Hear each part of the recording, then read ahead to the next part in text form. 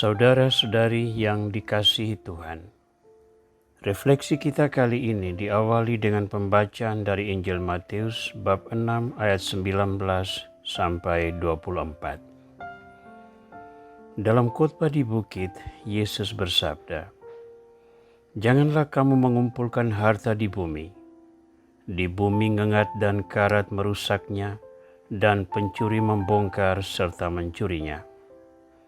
Tetapi kumpulkanlah bagimu harta di surga. Di surga ngengat dan karat tidak merusakkannya, dan pencuri tidak membongkar serta mencurinya. Karena di mana hartamu berada, di situ juga hatimu berada.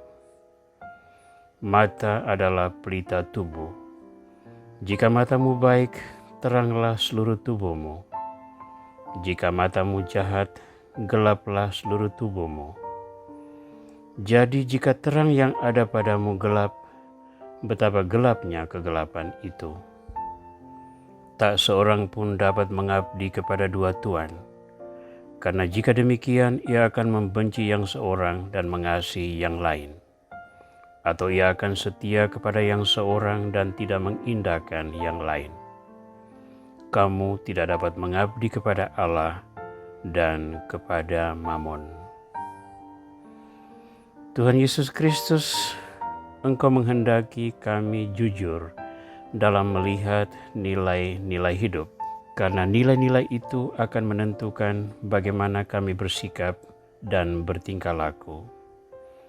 Semoga berkat pengajaran-Mu, kami sanggup menyerap semua nilai yang benar dan menjadikannya pedoman hidup kami, sehingga kami tidak hanya hidup sebagai orang yang benar, tetapi juga menjadi murid-murid-Mu yang layak, yang terus bersaksi tentang kebenaran kepada sesama kami. Engkau yang hidup dan berkuasa bersama dengan Bapa dan Roh Kudus, kini dan sepanjang masa. Amin. Saudara, saya percaya kita semua memiliki kebutuhan, dan untuk hidup masa kini, kebutuhan kita itu seringkali dinilai dalam bentuk uang. Saya menerima kenyataan bahwa uang bukanlah segala-galanya, tetapi hampir segala sesuatu membutuhkan uang. Dengan kata lain, uang itu sudah menjadi bagian dari kehidupan kita, bahkan bagian dari seluruh karya pelayanan kita.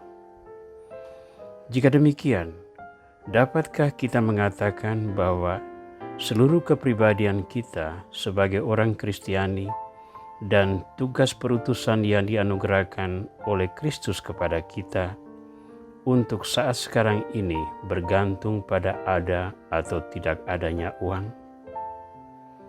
Saya yakin semua orang beriman akan mengatakan tidak bergantung pada uang, tetapi uang cukup menjadi faktor besar yang menentukan berhasil tidaknya karya kerasulan, karya pastoral, karya pelayanan iman.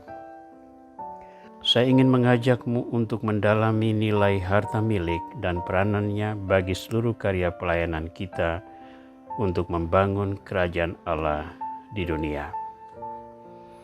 Dalam khotbah di bukit, Kristus mengingatkan bahaya memberi nilai yang salah kepada harta benda.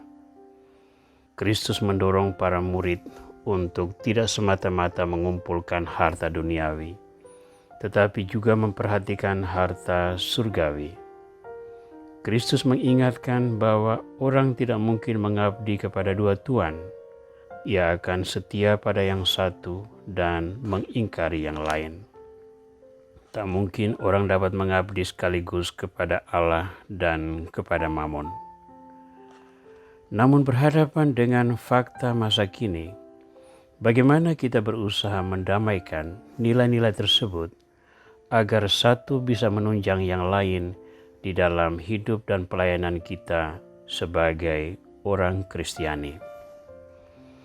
Secara personal, saya yakin kunci utama ada pada kesadaran untuk mendefinisikan apa nilai harta benda di dalam hidup dan pelayanan iman. Jika Kristus mengatakan mata adalah pelita tubuh, jika mata itu baik, teranglah seluruh badan. Jika mata itu jahat, gelaplah seluruh tubuh. Saya menggunakan ayat ini untuk mendefinisikan nilai harta benda di dalam hidup dan karya pelayanan tadi. Apa sesungguhnya nilai harta benda? Ternyata harta benda yang kita miliki yang sangat menunjang karya pelayanan memiliki sisi positif dan sisi negatif. Perbedaannya terletak hanya pada sudut pandang. Jika seseorang melihat harta benda sebagai tujuan hidup, maka ia akan berupaya sekuat tenaga untuk mengumpulkan harta, memiliki sebanyak mungkin, termasuk dengan cara-cara yang bertentangan dengan norma-norma iman dan moral. Harta yang tertumpuk banyak semata-mata untuk memuaskan egoismenya secara pribadi, sehingga ia tidak memanfaatkan harta tersebut untuk menolong sesama yang membutuhkan, walaupun sesama itu ada di depan matanya, bahkan orang-orang yang terdekat dengan dirinya. Pada sisi lain, orang bisa memiliki harta tetapi ia membebaskan jiwanya. Ketika ia mendefinisikan harta benda itu sebagai sarana untuk menegakkan martabat manusia, untuk melayani sesama yang membutuhkan, dan untuk memuliakan Tuhan. Dengan kata lain, harta benda itu sebatas instrumen untuk melayani seluruh kompleksitas kepribadian manusia. Maka mengumpulkan harta tidaklah menjadi tujuan, tetapi sebagai bagian dari implementasi mengembangkan talenta-talenta yang dianugerahkan Tuhan. Ketika talenta sudah dikembangkan, buah-buah pengembangan itu dimanfaatkan untuk menolong orang lain agar mereka pun mengembangkan talentanya dan mengalami kehadiran cinta Tuhan yang membawa keselamatan. Maka pesan konkret bagi kita yang terlibat di dalam gerakan rohania adorasi abadi adalah bagaimana memurnikan persepsi kita tentang harta benda. Karena hidup dalam dunia modern, mengumpulkan harta milik sudah merupakan sebuah kewajiban esensial yang membahasakan martabat manusia dan melayani seluruh komunitas umat manusia. Namun menjadikan harta benda sebagai tujuan utama akan mengingkari martabat manusia tersebut dan mengabdi kepada kejahatan. Maka semoga berkat permenungan akan firman Kristus tentang harta benda ini, kita semua yang bersujud di hadapannya rela memperbaharui persepsi kita tentang harta benda.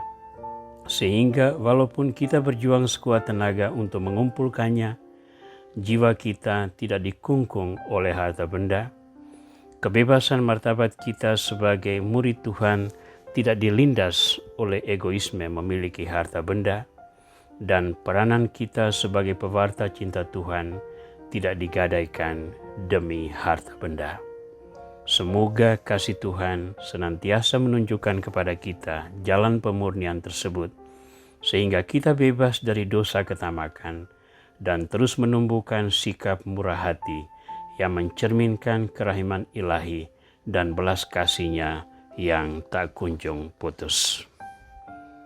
Tuhan Yesus Kristus, semoga berkat permenungan akan pengajaran-Mu tentang mengumpulkan harta, kami semua Kau dorong untuk senantiasa menjaga agar jiwa kami tidak dilindas oleh kekuasaan harta benda, melainkan kami mengambil kontrol atas kepemilikan harta benda itu dan menggunakannya demi kemuliaan nama-Mu dan demi keselamatan banyak orang. Jadikanlah hidup kami pujian bagi keagungan nama-Mu, kini dan sepanjang masa. Amin.